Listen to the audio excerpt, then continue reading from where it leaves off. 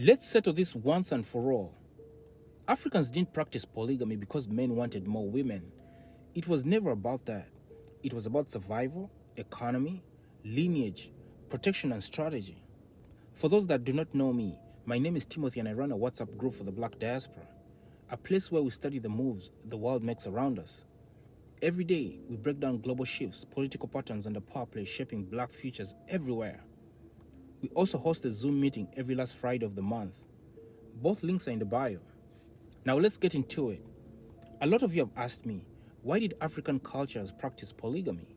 What was the point? Why would anybody want that?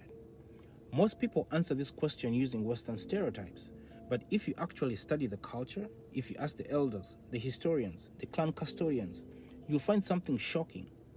Polygamy wasn't about desire. It was about duty, it was about structure, and it was about survival. And the reasons were practical, not personal. Here are the four main reasons, the real ones. 1. We'll start off with legacy.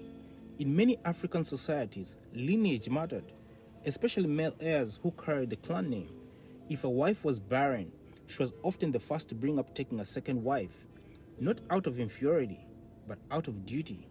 Because children didn't just belong to the man, they belonged to the clan. A second wife meant the lineage lived on. 2. Protection.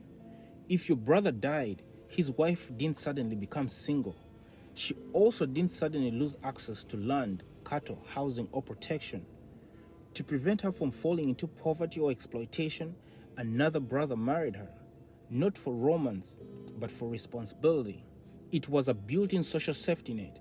If a man already had a wife, this automatically made the widow the second wife. This was Africa's version of social security, long before Europe invented the term. 3. Political strategy. Polygamy also served as diplomacy.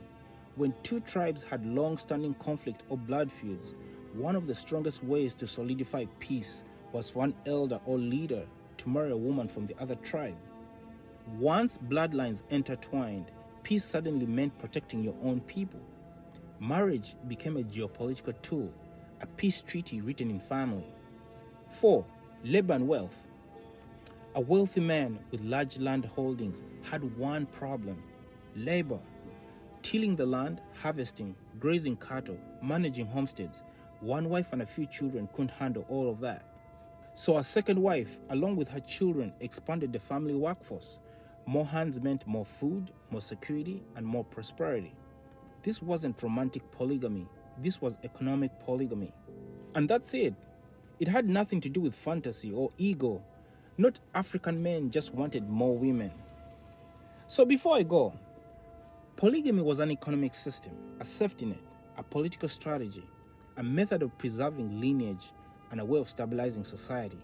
Western media reduced it to desire, but our ancestors used it to build empires, protect families, manage land, and maintain peace. And here's what I want you to think about.